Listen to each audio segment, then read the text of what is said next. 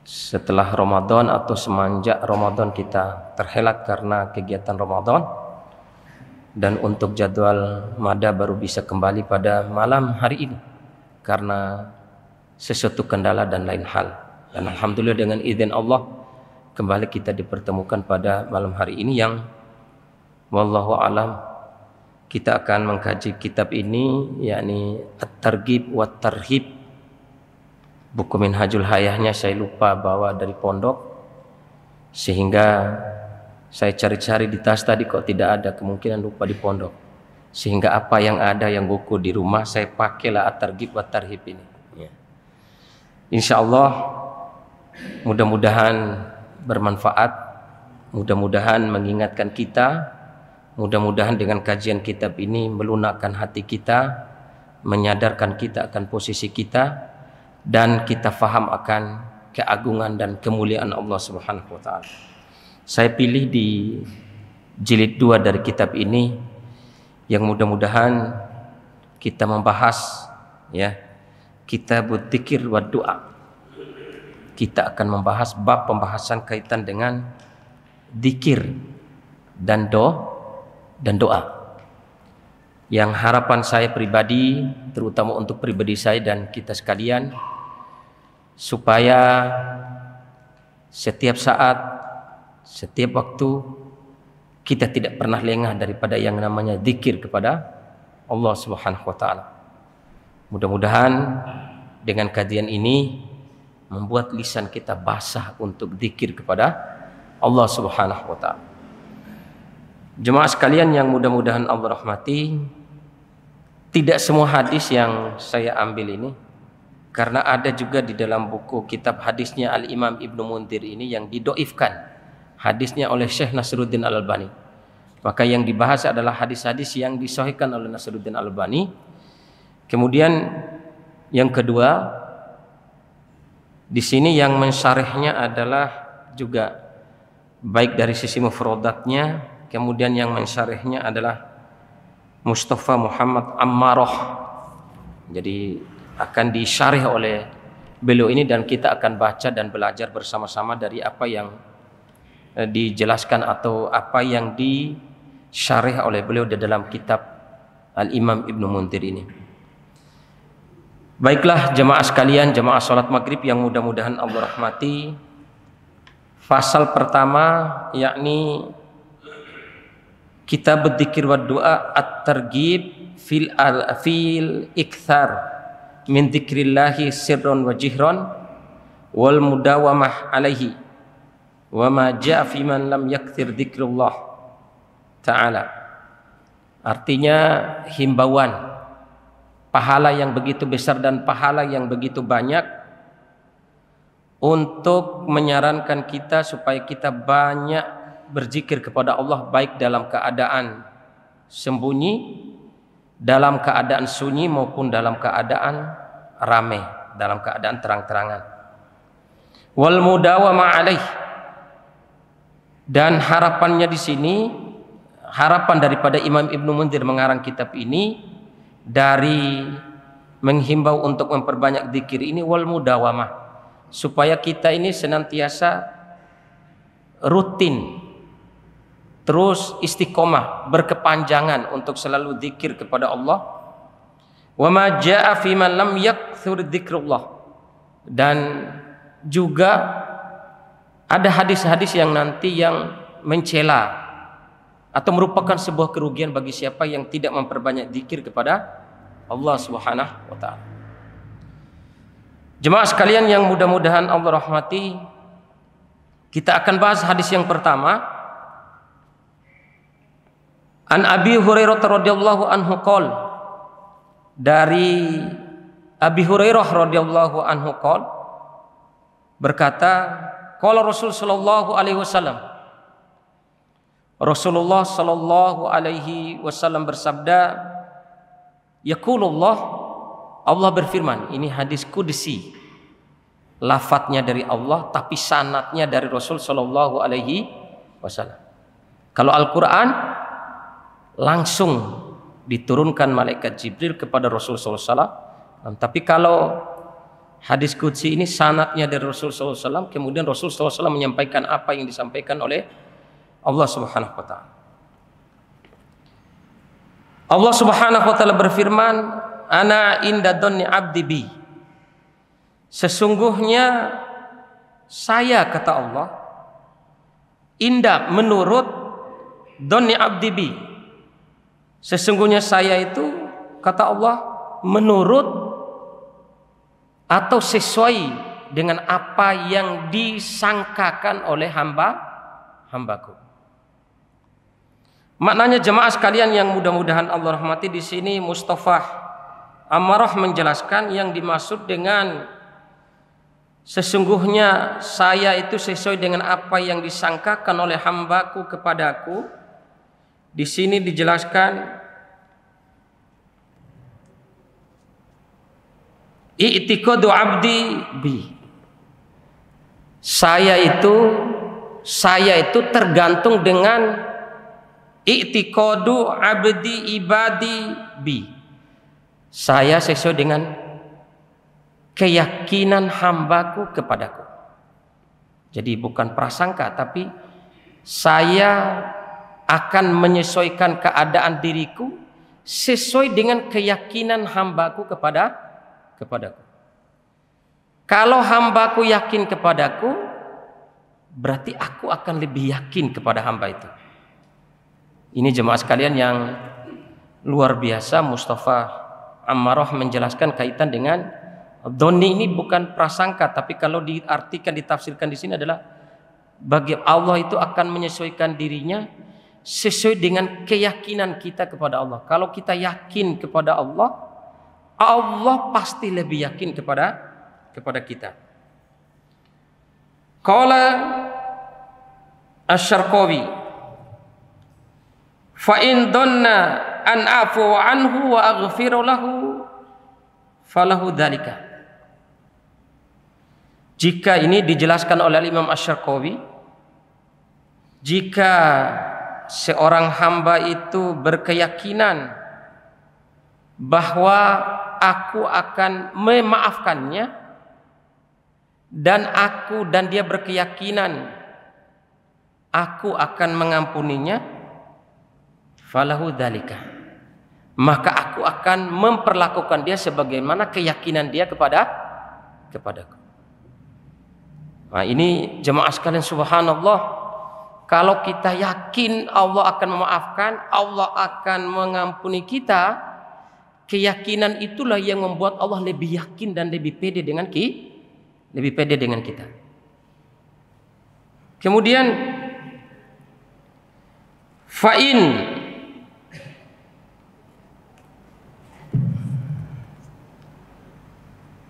ayyasabi u'aqibahu wa in donna an u'aqibahu au u'akhidhu fakadzalika. Kalau dia berkeyakinan bahwa Allah akan menghukumnya dan Allah akan mengadabnya, maka Allah pun akan berkeyakinan seperti itu pula kepada dia. Jadi kadang kita ini punya prasangka, Allah, untuk apa sudah sholat, untuk apa sudah saya bertaubat ke masjid sementara saya sudah banyak berlumuran dengan dosa dan maksiat. Ketika kita berkeyakinan dan berprasangka seperti itu kepada Allah, Allah pun lebih daripada itu berprasangka kepada dia, sehingga dia dijauhkan semakin jauh daripada ampunan dan kasih sayang Allah Subhanahu wa taala. Maka ini hati-hati betul kaitan dengan apa yang kita katakan, apa yang kita yakinkan, apa yang kita prasangkakan kepada Allah Subhanahu wa taala.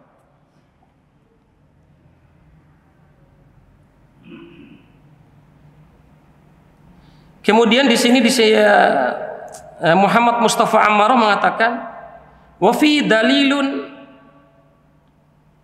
ala lil mar'i ayyajtahida bi qiyami wa dhaiful ibadah mauqunan bi anna Allah ta'ala yuqbilu ibadatahu wa yaghfiru lahu li'anna wa'da Allah yahkun wa anna Allah la yukhliful mi'ad.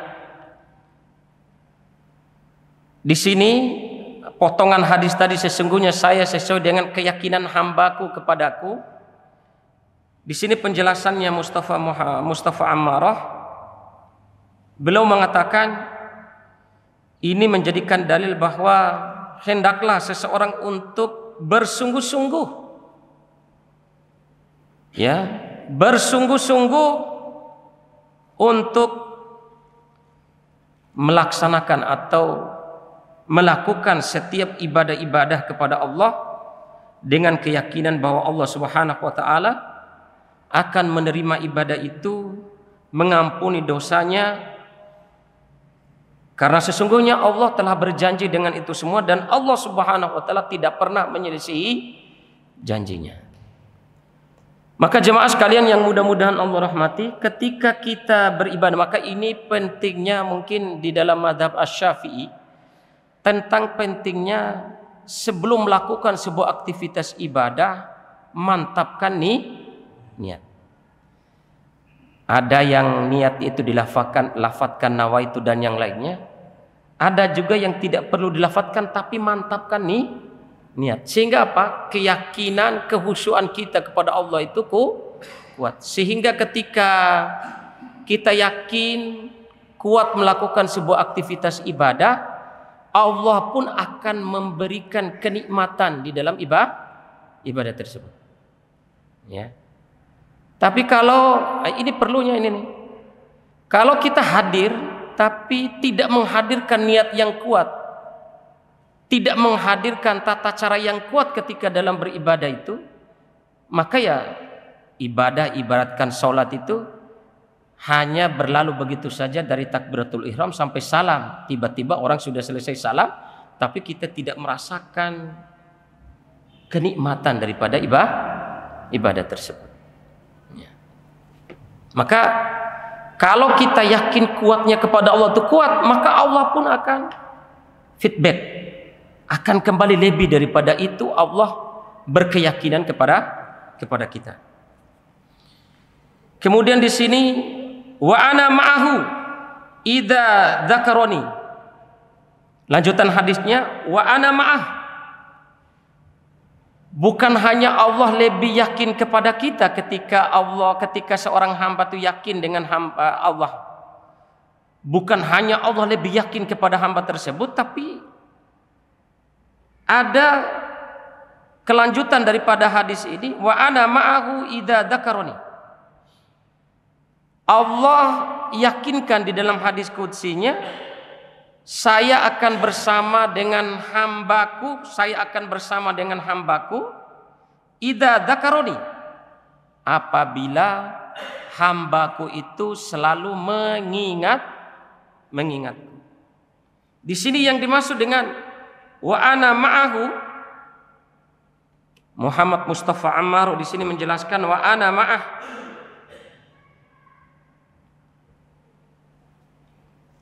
dan saya bersama dengannya, artinya Allah akan bersama dengan hamba yang berzikir dan selalu mengingat Allah Subhanahu wa taala. Di sini dikatakan ma'ahu birrahmah. Cuma subhanallah, ini luar biasanya kalau kita memahami langsung penjelasan daripada para ulama. Allah akan bersama dengan orang yang selalu berzikir kepadanya, maknanya adalah ma'ahu birrahmah. Allah akan selalu melimpahkan kasih sayangnya kepada hamba yang selalu berzikir kepada Allah. Ini Masya Allah. Kalau Allah sudah melimpahkan kasih sayang, ini sungguh sangat luar biasa. Apapun pasti Allah akan lakukan. Ibarat orang sudah cinta kepada si fulana, kepada seorang gadis, dia akan menempuh jalan apa saja yang penting tercapai kasih sayangnya kepada si perempuan tersebut. Berarti kalau kita dzikir kepada Allah, Allah akan limpahkan kasih sayang itu kepada orang yang berzikir tersebut. Ini pertama. Bukan hanya kasih sayang yang Allah limpahkan kepada orang yang berzikir ini. Sebagaimana dijelaskan oleh Muhammad Mustafa Amaro di sini adalah wat taufiq. Bukan hanya kasih sayang, tapi diberi hidayah taufik. Senantiasa Allah Subhanahu wa ta'ala akan selalu taufik, memberikan hidayah taufik kepadanya. Ini kenapa sih Al-Imam Ibnu Katsir menjelaskan kenapa di dalam salat la salata liman lam yaqra bi Fatihatil Kitab. Tidak ada salat kecuali kalau tidak membaca Al-Fatihah. Contoh kita salat tiba-tiba Bismillahirrahmanirrahim wal 'asri innal insana lafi khusr la salata. Tidak sah salat. Tapi kalau kita membaca alhamdulillah dolin amin kemudian ruku sah salatnya. Ikhtalafa fil ulama, kalau kita baca Al-Fatihah tapi hanya satu rakaat kita tidak baca Al-Fatihah, tetap tidak sah salat menurut jumhur ulama. Baik salat sunnah maupun salat fardu. Maka di dalam mazhab Syafi'i dalam menjaga keumuman hadis ini, mazhab Syafi'i ya, kalau mazhab yang lain yang penting imam sudah baca Al-Fatihah salat jahar ya, maka itu sudah masuk juga bacaan tapi kalau mazhab Syafi'i selesai imam baca surat Al-Fatihah diulangi oleh makmum itu dengan sir, dengan mengucapkan. Nah itu diulang karena pentingnya tentang membaca Al-Fatihah. Kenapa diulang-ulang baca Al-Fatihah ini di dalam sholat? Karena mahalnya hidayah. Mahalnya hidayah. Coba bayang sholat 5 waktu tambah sholat sunnah tambah sholat duhanya pasti ada bacaan Al-Fatihah. Mahalnya hidayah untuk masuk masjid. Mahalnya hidayah supaya kita dijauhkan dari dosa dan maksiat. Mahalnya hidayah supaya kita dijauhkan dari sesuatu yang haram. Mahalnya hidayah supaya kita kuat untuk menjaga yang halal. Itu mahal hidayah itu. Tapi kalau kemaksiatnya gampang, mudah sekali. Meskipun keluarnya biaya yang banyak. Ke masjid yang tidak pakai biaya, pahalanya besar, pahalanya begitu agung, pahalanya begitu banyak. Susah. Karena apa tadi? Mahal hidayah itu. Sementara jemaah sekalian, Muhammad Mustafa Amarah dengan kita senantiasa selalu berzikir, Allah akan bersama hamba itu dengan kasih sayangnya, dengan hidayah taufik. Hidayah taufik itu adalah hidayah di mana seseorang itu kuat untuk melakukan sebuah aktivitas ibadah. Kalau disebutkan hidayah saja, maka hidayah secara umum. Tapi kalau hidayah taufik itu spesial dia. Hidayah spesial dari Allah. Nah, Mustafa Muhammad bin Amarah, siapa yang selalu berzikir kepadaku, saya akan bersama dengannya, dilimpahkan kasih sayang, dilimpahkan hidayah taufik, kemudian wal hidayah, dan juga mendapatkan hidayah secara umum. Allah akan memberikan hidayah secara umum, kemudian wariayah, riayah, penjagaan. Riayah itu kayak orang mengembala kambing atau unta, mengembalakan unta orang. Pasti dia akan selalu menjaga supaya unta ini terjaga dengan baik. Dia akan menjaga kambing yang dia gembalakan dengan baik. Seperti itulah penjagaan Allah. Lebih daripada itu, Allah menjaga orang yang selalu berzikir kepadanya. Kemudian ma'iyah khususah, dan inilah di mana Allah bersama dengan hambanya ini adalah kebersamaan yang khusus tadi. Kebersamaan yang khusus itu tadi kasih sayang, hidayah taufik, kemudian hidayah secara umum, kemudian penjagaan langsung oleh Allah Subhanahu wa ta'ala. Jemaah sekalian yang mudah-mudahan Allah rahmati, ini sungguh sangat luar biasa. Contoh saja contoh. Man ini termasuk nanti yang akan kita bahas. Contoh saja. Qul huwallah dibandingkan dengan kita nyanyi atau berbicara yang lain, cerita, pasti lebih banyak cerita itu, lebih kuat cerita itu daripada membaca 10. Di dalam riwayat itu ada 10 kali atau 11 kali. Rasulullah SAW mengatakan man qara'a asyur marrotin au ihda asyra marrotin surat al-ikhlas kulla laylatin gufirat lahu min dunubihi. Barang siapa yang membaca 10 kali saja surah al-ikhlas, qul huwallahu ahad Allahu samad lam yalid wa lam yulad wa lam yakul lahu kufuwan ahad, qul huwallahu ahad Allahu samad lam yalid wa lam yulad wa lam yakul lahu kufuwan ahad, 10 kali atau 11 kali sebelum tidur, Allah akan ampuni dosanya meskipun dosanya itu sepenuh buih di laut, sepenuh lautan, bukan buih, sepenuh lautan. Darat dibandingkan dengan lautan ini lebih banyak lautan dibandingkan dengan daratan. Hanya dengan kita membaca Qul huwallah 10 kali atau 11 kali sebelum tidur. Jemaah sekalian, man tawadda'a qabla naumih wal malaikatu kulluhum yad'una ilaihi liyaghfira lah. Rasulullah SAW mengatakan, siapa yang tidur kemudian sebelum tidurnya dia berwudu malamnya, wudu saja. Dijelaskan dalam hadis itu jemaah sekalian, seluruh malaikat, malaikat yang di langit pertama, malaikat yang di bumi, malaikat yang di langit kedua, malaikat yang ada di di Arsy, malaikat yang ada di Baitul Ma'mur, malaikat yang mengelilingi Arsy-Nya Allah, semuanya, seluruh malaikat itu akan berdoa kepada orang yang tidur dalam keadaan berwudu, minta ampun semuanya kepada Allah sampai dia itu bangun tidur. Berat nggak berwudu? Tadi saya katakan mahal hidayah itu untuk melakukan ini, kecuali bagi orang yang mendapatkan hidayah. Ini jemaah sekalian yang mudah-mudahan Allah rahmati. Ini kalau kita ini senantiasa selalu berzikir kepada Allah, ma'iyah khususah. Muhammad Mustafa Umar mengatakan itu kebersamaan Allah dengan hamba itu maksudnya kebersamaan yang khusus. Bukan kebersamaan umum. Bukan kebersamaan umum. Fahiya ghairul ma'iyah al-amah. Bukan kebersamaan secara umum sebagaimana yang dikatakan oleh Allah Subhanahu wa taala, wa huwa ma'akum aina ma kuntum. Dialah Allah selalu bersama dengan kalian dimanapun kalian berada.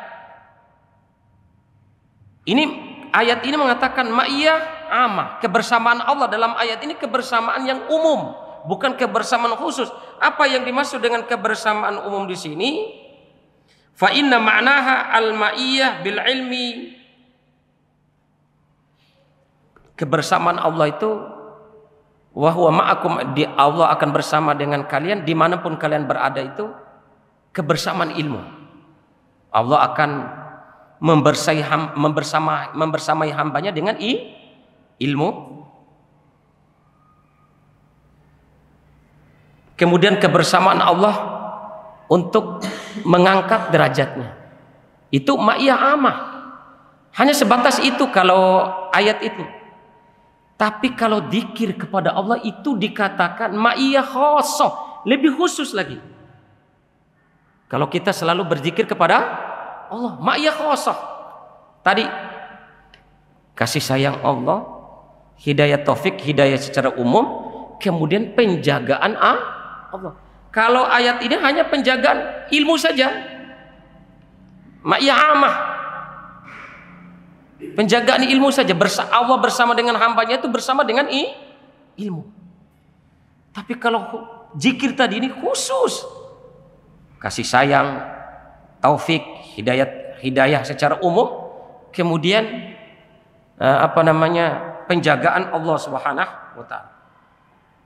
Idza dzakarani, saya akan bersama dengan hambaku apabila hambaku itu mengingatku. Maka di sini jemaah sekalian, fa in dzakarani fi nafsihi dzakartuhu fi nafsi. Kalau hambaku itu mengingat aku di dalam dirinya, jadi sendiri, dia mengingat Allah itu sendiri. Apakah dengan, di sini dikatakan, apakah dengan suara yang jahar, la ilaha illallah wahdahu la syarikalah lahul mulku wa lahul hamdu yuhyi wa yumiitu wa ala kulli syai'in qadir, atau dengan suara yang tidak didengar. Nah, itu sama, yang penting dia zikir dalam keadaan sendiri, dia sendiri berzikir begitu. Dzakartu fi nafsi, saya pun akan lebih mengingat dia itu dalam diriku. Jadi kalau kita mengingat Allah dalam diri kita, Allah lebih mengingat kita ini dalam dirinya. Coba, Allah langsung selalu mengingat kita ini dalam dirinya, dalam zatnya. Ya, apa coba zikir yang antum bisa? Subhanallah wa bihamdi, subhanallah wa bihamdi, subhanallah walhamdulillah wa la ilaha illallah wallahu akbar. Itu saja yang terus satu terus saja.